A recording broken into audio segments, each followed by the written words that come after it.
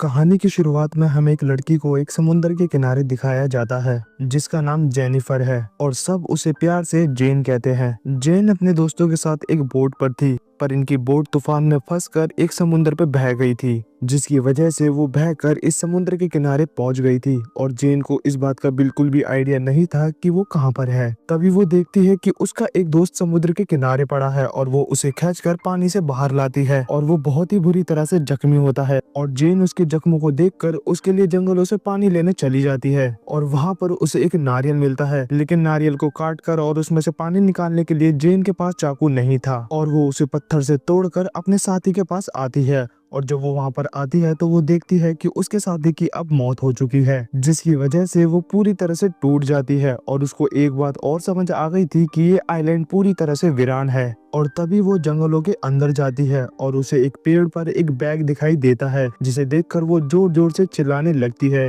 लेकिन उसके पास वहां पर कोई भी नहीं आता है और वो समझ जाती है कि वो पूरे आइलैंड पे अकेली है। बैग के अलावा यहाँ पर कुछ और भी सामान होता है जिसमें उसे कुछ मेडिसिन मिलती है और जब वो उसमें डेट देखती है तो वो साल 1994 की होती है, जिसे देखकर जेन समझ जाती है कि आज से तकरीबन कई साल पहले यहाँ पर कोई आया होगा और वो यहाँ से कभी वापस नहीं जा पाया। और अब जेन जंगल को और भी ज्यादा एक्सप्लोर करने लगती है और वहाँ पर जेन को एक गिरा हुआ पेड़ दिखाई देता है जो कि देखने में बहुत ही ज्यादा मजबूत होता है और वो पेड़ अंदर से पूरी तरह से खोखला था, जिससे हमें पता चलता है कि ये कई सालों पहले गिरा था। और अब देखते देखते रात भी हो जाती है और जेन पत्तों के नीचे ही अपनी पूरी रात को गुजार देती है और रात को बारिश भी हो रही होती है और अगली सुबह वो आइलैंड पे देखती है कि वहाँ पर 3 लोगों की कब्रें हैं और वो अपने साथी को भी वहीं पर दफना देती है। और साथ ही में उसे समुद्र के किनारे कई सारी मछलियां भी दिखती हैं जिनकी बॉडी पर कुछ पंजों के निशान होते हैं, जिस पर जेन बिल्कुल भी ध्यान नहीं देती क्योंकि वो बहुत ही ज्यादा भूखी है और वो उन्हीं मछलियों को पकड़कर वहां पर खा लेती है। और जेन को पूरा यकीन है कि उसे ढूंढता हुआ वहां पर एक रेस्क्यू हेलीकॉप्टर जरूर आएगा या फिर पास ही से कोई शिप गुजरेगी जिन्हें इशारा कर कर वो यहाँ से निकल जाएगी। और पूरा दिन इंतजार करने के बाद भी वहां पर कोई नहीं आता और फिर जेन दोबारा से सो जाती है और अगली सुबह जब जेन उठती है तो वो देखती है उसके दोस्त की लाश को जो कि उसने दफना दी थी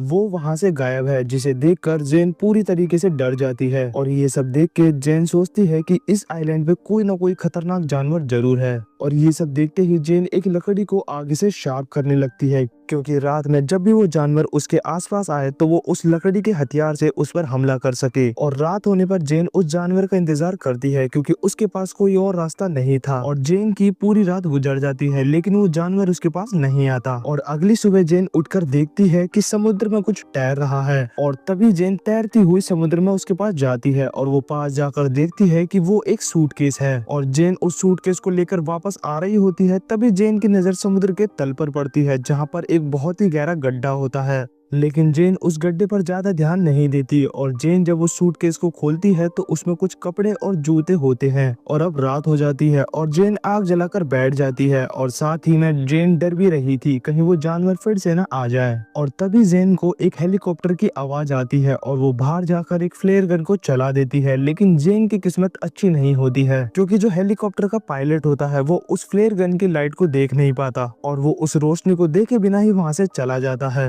और फ्लेयर गन की रोशनी से उसे समुद्र में एक बहुत ही बड़ा साया दिखता है, जिसे देखकर जेन समझ जाती है कि ये वही जानवर है जो उसकी दोस्त की बॉडी को निकाल कर ले गया और अब वो उसको भी मार देगा। और जेन भागकर जंगल में चली जाती है और एक सेफ सी जगह छुप जाती है और वो मॉन्स्टर उसके आसपास से कई बार गुजरता है, लेकिन जेन काफी ज्यादा चुप थी, इसी वजह से उस मॉन्स्टर को जेन के बारे में पता नहीं चलता और वो मॉन्स्टर पानी में वापस चला जाता है। और अब जेन समझ चुकी थी कि वो जानवर पानी में रहता है ना कि जंगल में। उसके बाद जेन उन फोटोज को देखती है जो कि उसे सूटकेस में मिली थी और जेन देखती है कि वो एक फैमिली फोटो थी, यानी कि इससे पहले वहां पर एक फैमिली आई थी जो कि वापस नहीं जा सकी थी। और वो एक फोटो में एक बच्चे के पीछे आंखें भी देखती है, जिससे वो समझ जाती है कि ये वही जानवर है। और जेन ऐसा डिसाइड करती है कि आज रात होने से पहले वो वहां से निकल जाएगी, क्योंकि अगर वो ऐसा नहीं करेगी तो रात होते ही वो मॉन्स्टर इसको मार डालेगा। तभी जेन सूटकेस के ऊपर लाइफ जैकेट को रखकर जाती है, जिसकी जिसकी मदद से सूटकेस पानी के ऊपर तैर सके और जेन इसकी मदद से वहाँ से निकल जाए। और जब वो पानी के अंदर उस सूटकेस को लेकर जाती है तो वो सूटकेस खुल जाता है और वो पानी के ऊपर तैर नहीं पा रहा था। और अब ना चाहते हुए भी जेन को वापस से उस आइलैंड पे जाना पड़ता है और रात होने से पहले ही जेन उस खोखले पेड़ के अंदर चली जाती है, क्योंकि उसको अच्छी तरीके से पता था कि रात होते ही वो मॉन्स्टर वापस से आ जाएगा। और ये सोचते सोचते उसकी आंख लग जाती है और आधी रात को उसको एक हलचल सुनाई देती है, जिससे जेन समझ जाती है कि मॉन्स्टर उसके आसपास ही है। दरअसल मॉन्स्टर को पता लग जाता है कि जेन उस खोखले पेड़ के अंदर छिपी हुई है और वो मॉन्स्टर उस पेड़ पर कई बार हमला करता है, लेकिन वो पेड़ बहुत ही ज्यादा मजबूत होता है। इसी वजह से वो मॉन्स्टर उस पेड़ को तोड़ नहीं पाता है और वो मॉन्स्टर वापस से समुद्र में चला जाता है। और जब सुबह होते ही जेन उस पेड़ से बाहर आती है तो वो देखती है कि उस मॉन्स्टर ने इस पेड़ को बहुत ही ज्यादा नुकसान पहुंचाया है। और जेन अब ये भी जान चुकी थी कि वो मॉन्स्टर सिर्फ रात को ही बाहर निकलता है और दिन में वो मॉन्स्टर कभी भी पानी से बाहर नहीं आता है। और तभी जेन के दिमाग में एक आइडिया आता है और वो समुद्र से एक बहुत ही बड़ी मछली पकड़कर एक पेड़ पे लटका देती है, ताकि जब भी वो मॉन्स्टर आए तो वो उस मछली को वहाँ से ले जाए और जेन बच सके। और रात होने पर ऐसा ही होता है। जेन वहाँ पर छुपके से देख रही थी, वो मॉन्स्टर पानी से बाहर आता है और वो उस मछली को लेकर वहाँ से चला जाता है। और जेन पहली बार साफ साफ उस मॉन्स्टर को देख पाती है, जो कि देखने में बहुत ही ज्यादा खतरनाक था। और जब वो मॉन्स्टर वहाँ से जा रहा होता है तभी जेन को हेलीकॉप्टर की आवाज भी आती है और जेन चाहते हुए भी उस हेलीकॉप्टर को आवाज नहीं दे सकती थी, क्योंकि अगर जेन वहाँ से बाहर आई तो वो मॉन्स्टर उसको मार देगा। और इसी तरह से वो चुपचानी से छुपी रहती है। और अगली सुबह जेन रात को सोने के लिए एक बिस्तर तैयार करती है और वो इस बिस्तर को एक पेड़ पर लगाने वाली थी। और वो बिस्तर वो इतना ऊंचा लगाने वाली थी जहां तक वो मॉन्स्टर ना पहुंच पाए, क्योंकि जेन ने उस मॉन्स्टर की हाइट को देख लिया था।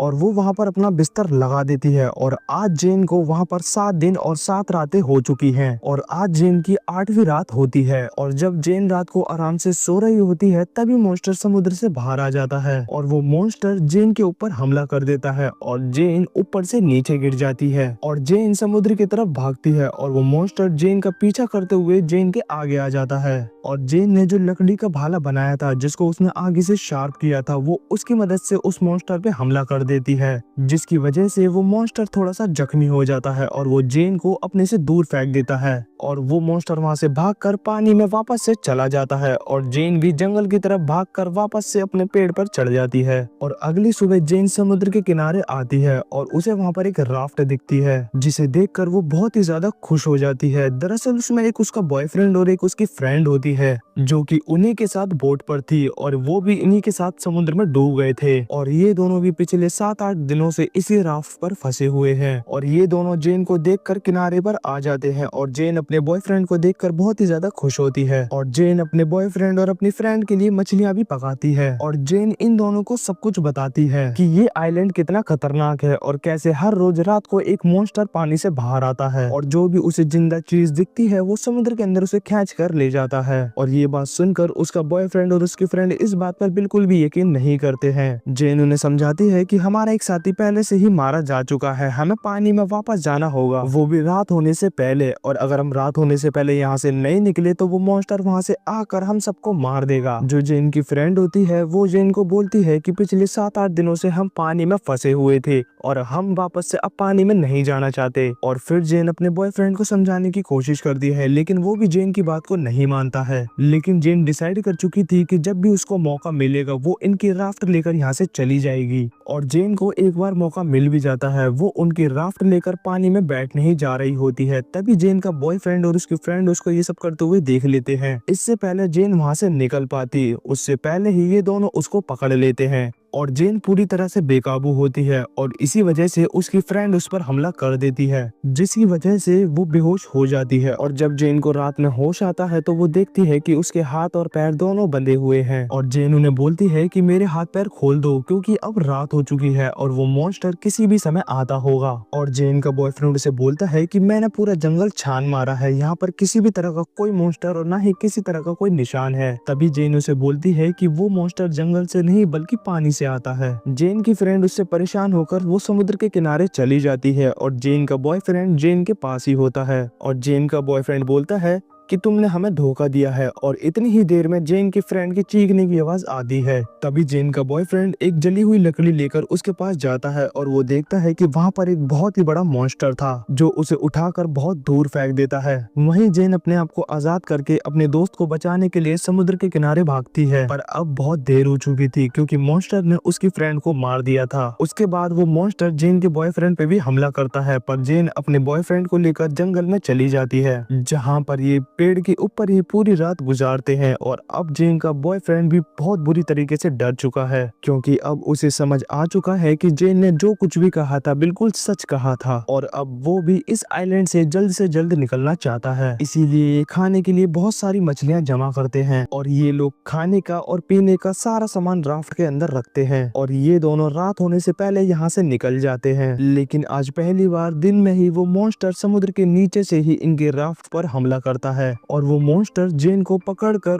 उस बड़े होल के अंदर ले जाना शुरू कर देता है। और जेन के पास एक छोटा सा चाकू भी होता है जो उसने अपने बॉयफ्रेंड के सामान से लिया था और जेन उसी चाकू की मदद से उस मॉन्स्टर पर हमला कर देती है, जिसकी मदद से वो मॉन्स्टर जख्मी हो जाता है। और अब जेन का बॉयफ्रेंड भी उस लकड़ी के भाले को लेकर अंदर आ जाता है और उसकी मदद से वो उस मॉन्स्टर पर हमला कर देता है। लेकिन वो मॉन्स्टर जेन के बॉयफ्रेंड को पकड़कर उस होल में ले जाता है और इसी तरह से जेन अपने बॉयफ्रेंड को खो देती है और किसी न किसी तरीके से बचकर जेन वापस से उस आइलैंड पे आ जाती है। और अपने बॉयफ्रेंड की मौत से वो बहुत ही ज्यादा सहम गई थी क्योंकि लगभग अब जेन ने अपने सभी दोस्तों को खो दिया था। और जेन के पास एक डायरी होती है जिसमें वो उस मॉन्स्टर के बारे में सारी डिटेल लिख देती है क्योंकि अगर आने वाले टाइम में अगर कोई यहाँ पर आकर फंस जाए तो उसे यहाँ पर पहले ही पता लग जाए कि रात होते ही यहाँ पर एक मॉन्स्टर आता है। और तभी जेन सूखी पत्तियां और सूखी लकड़ियों की वजह से एक बहुत ही बड़ा सर्कल बनाती है और जेन फिर से एक लकड़ी का हथियार बनाने लगती है। अगर मॉन्स्टर वापस से आता है तो वो इससे इसका सामना कर सकेगी। और अब फिर से रात हो जाती है और वो मॉन्स्टर इस बार बहुत गुस्से में उस समुद्र से बाहर निकलता है क्योंकि जेन ने उस मॉन्स्टर को कई बार जख्मी किया है। और वो मॉन्स्टर उस सर्कल के अंदर आ जाता है जो कि जेन ने सूखी पत्तियां और सूखी लकड़ियों की मदद से बनाया था और यहाँ पर वो आग लगा देती है और वो मॉन्स्टर इसके बीच में फंस जाता है। और तभी जेन अपने चाकू और उस लकड़ी के हथियार से उस मॉन्स्टर पर कई बार हमला करती है और वो मॉन्स्टर भी जेन पर हमला करता है और ये दोनों बहुत बुरी तरीके से जख्मी हो चुके थे और वो मॉन्स्टर उसे मारने ही वाला होता है। तभी जेन अपने लकड़ी के भाले से उसके दिल पे हमला कर देती है और वो मॉन्स्टर मारा जाता है और इस तरीके से मॉन्स्टर की मौत हो जाती है। और जेन उस मॉन्स्टर के सर को अपने पास रख लेती है ताकि वो सबको दिखा सके कि यहाँ पर एक ऐसा मॉन्स्टर एग्जिस्ट करता था। और तभी जेन उस मॉन्स्टर का सर लेकर उस राफ्ट की मदद से उस आइलैंड से निकल जाती है और ये मूवी यहीं पर खत्म हो जाती है। तो दोस्तों अगर आपको ये वीडियो थोड़ी सी भी अच्छी लगी हो तो प्लीज मेरे चैनल को सब्सक्राइब करके वीडियो को लाइक कर देना। Thank you for watching. Bye bye.